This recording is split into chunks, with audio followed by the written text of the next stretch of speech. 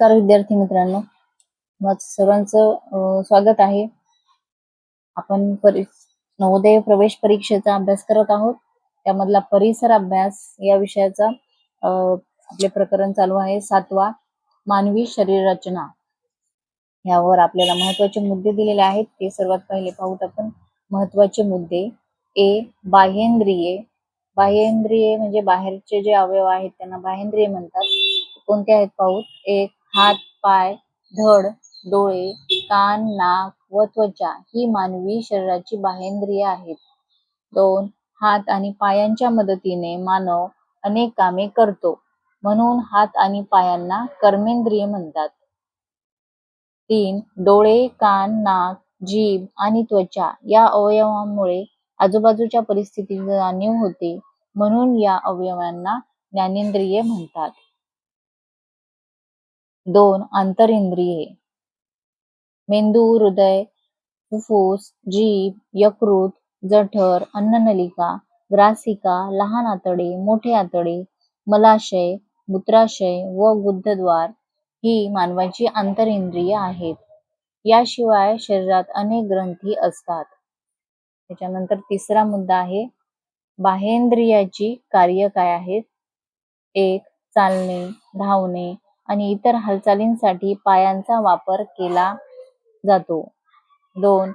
वस्तू उचलणे, वस्तू हलवणे, लिहिणे, कापणे, सोलणे अशी विविध कामे हाताने केली जातात. छाती, पाठ, पोट आणि कंबर यांनी बनलेल्या धडामुळे शरीराला आकार प्राप्त होतो आणि आधार मिळतो. मानवाच्या शरीरातील सर्व आंतरेंद्रिये ही डोके आणि धडाच्या अंतर्गत सुरक्षित राहतात. चौथा मुद्दा आहे आंतरेंद्रियांची कार्ये. 1. मेंदू. डोक्यातील कवटीमध्ये मेंदू सुरक्षित असतो. ज्ञानेंद्रियाकडून मिळालेली माहिती साठवणे हे मेंदूचे प्रमुख कार्य असते. याशिवाय मानवी मनाला जाणवणाऱ्या भावनांची जाणीव मेंदूमुळेच होते. दुसरा आहे हृदय. छातीच्या आत किंचित डावीकडे बंद मुठी एवढे हृदय असते. हृदय हे पंपाप्रमाणे काम करते आणि शरीरभर पसरलेल्या रक्तवाहिन्यांमधून रक्त खेळवत ठेवण्याचे काम करते. तिसरा आहे फुफ्फुस. रक्त शुद्ध करण्याचे काम आणि रक्तात ऑक्सिजन मिसळण्याचे काम फुफ्फुस करते.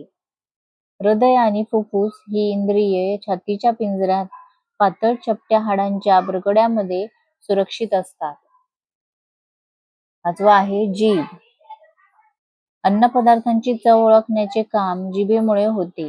तसेच चरवणासाठी अन्नपदार्थ तोंडात फिरवणे हे कामही जिभेमुळे होते.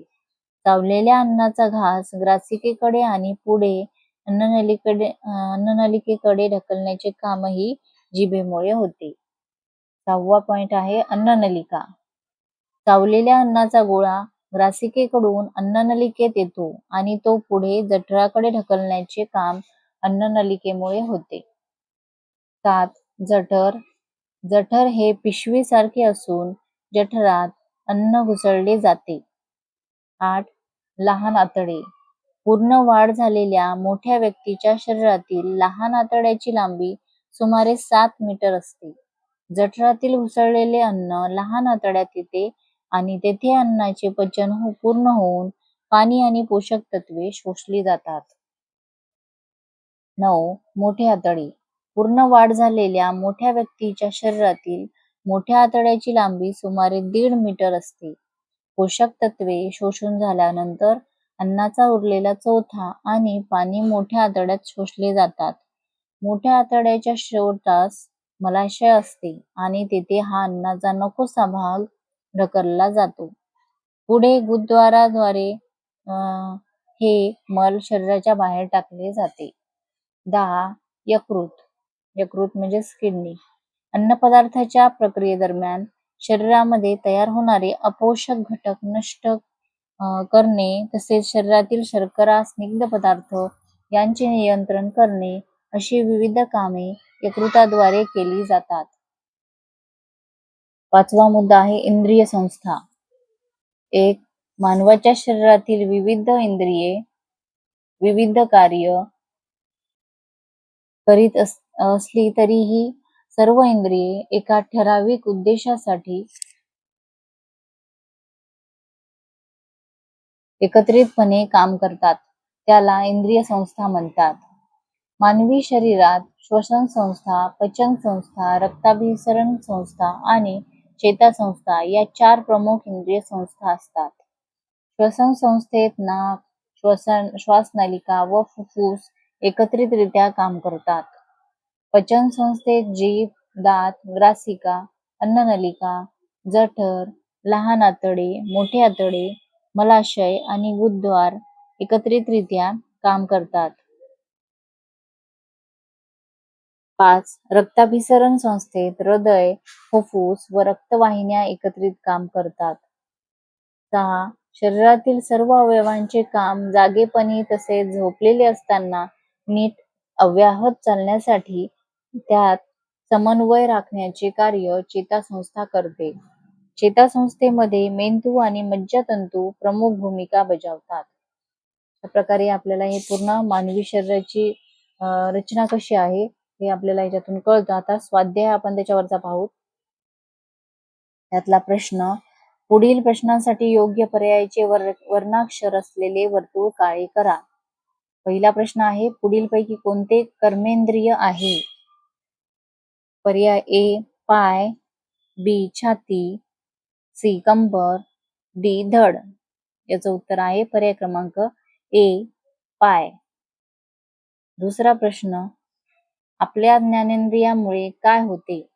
ए शारीरिक ठेवण छान होते, बी आजूबाजूच्या परिस्थितीची जाणीव होते, सी पचनसंस्था नीट कार्यरत राहते, डी चेतासंस्था कार्यरत होते.